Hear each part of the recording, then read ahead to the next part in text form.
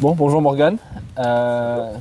Déjà, est-ce que tu peux un peu nous expliquer, te présenter ton métier ici au sein de d'XDS Astana? Oui, bien sûr. Donc, moi, je m'appelle Morgan Saucine, je suis data scientist au sein d'XDS Astana.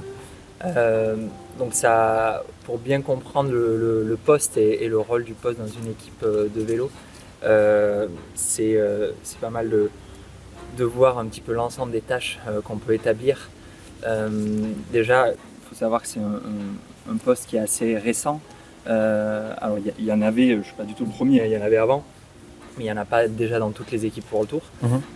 Et donc on a un département qui est au final souvent d'une personne sur la partie data, ce qui dans d'autres industries peut être un peu différent. Donc l'idée, nous, c'est vraiment d'être en support du performance group sur toute la partie data. Donc ça va être l'ingestion de données, le traitement de données, le nettoyage de données.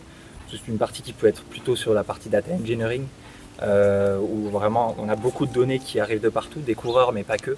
Ça peut être des résultats, les profils des courses, sur la partie recrutement, etc. Donc voilà, beaucoup de données qui arrivent, les mettre au même endroit, les agréger, les nettoyer.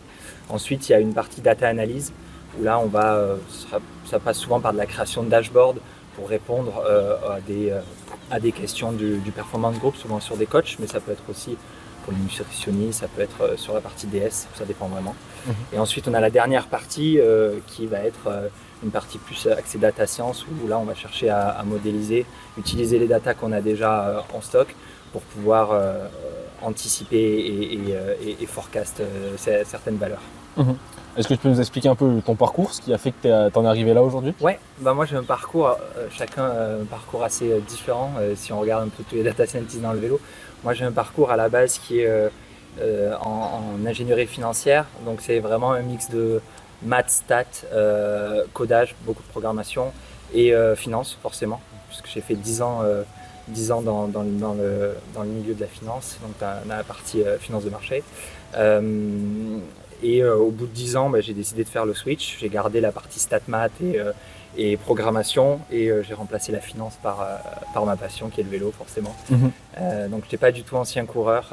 Certains peuvent être anciens coureurs ou certains peuvent avoir plus un background en physio. Moi, c'était pas mon cas, c'était juste une passion. J'aimais m'entraîner, j'aime le vélo, mais je n'étais pas du tout ancien coureur. Mes skills, ils sont plutôt côté maths, stats et coding, quoi. Pour parler un peu de la saison 2025 de l'équipe, Ouais. Alors que tout le monde vous voyait un peu perdu, vous voyez déjà descendre en deuxième division, Ouais.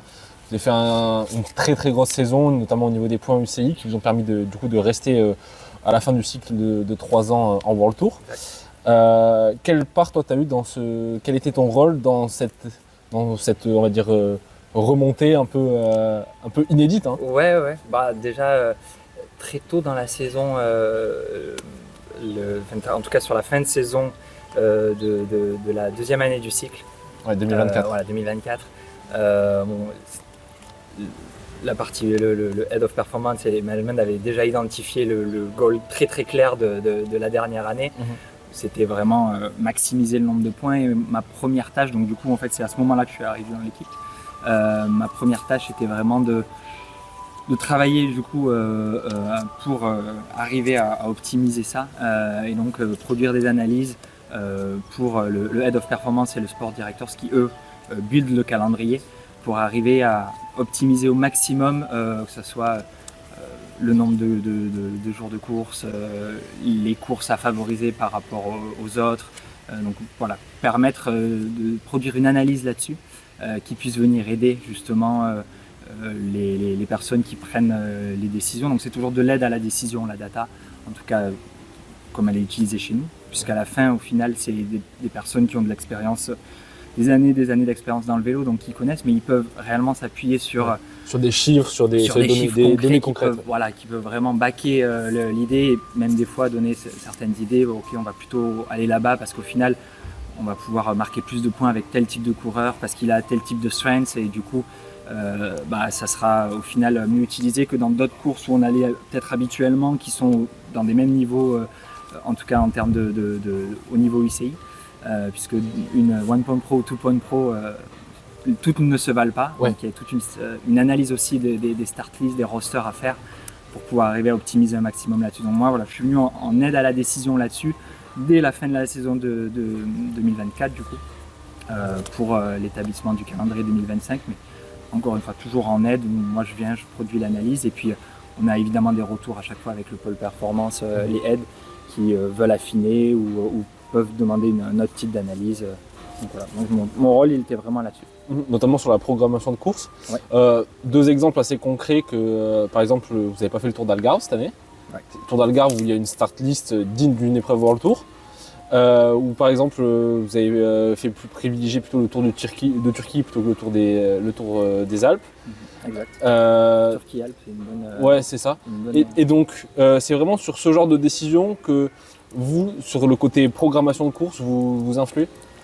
En tout cas, c'est là-dessus, eux ont cette analyse-là et ils peuvent s'appuyer là-dessus. Ouais. Exactement. Après, la décision, encore une fois, elle revient. Oui, c'est pas moi qui établis le calendrier. Oui, bien sûr. Mais par contre, une aide. Voilà, aide à exactement. Ça. Ils ont et je pense que Alpes et Turquie, c'est un très bon exemple.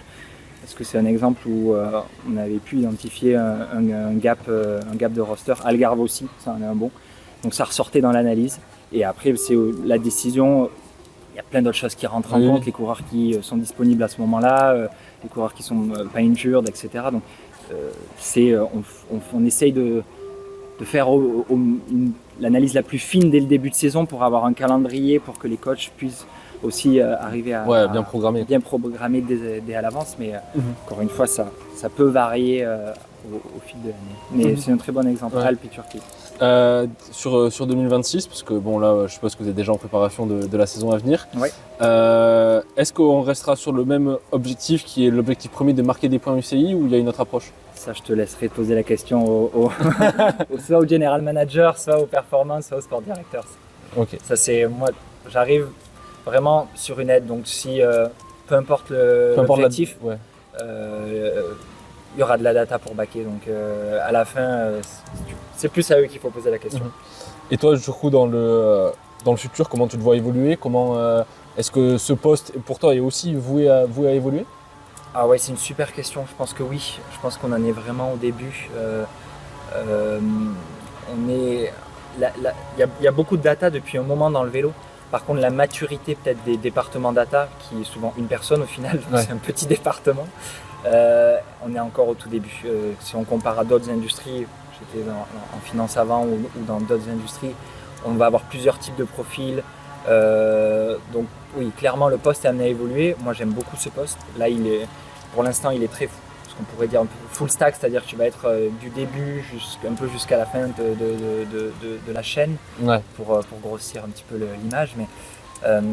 Mais bien sûr dans les années à venir il est amené à évoluer. Je pense que le département est amené à grossir. On voit les grosses équipes qui investissent de plus en plus, soit avec des entreprises externes, soit qui recrutent des data analystes, data scientists, puisque à terme, c'est des postes qui sont amenés à ségréguer. Des data ingénieurs, pourquoi pas un jour, pur et dur, où vraiment chacun aurait sa partie pour encore plus spécialiser. Ok, merci beaucoup pour ces explications. Et maintenant, on y voit un peu plus clair sur ton rôle. Merci. Ouais, de rien.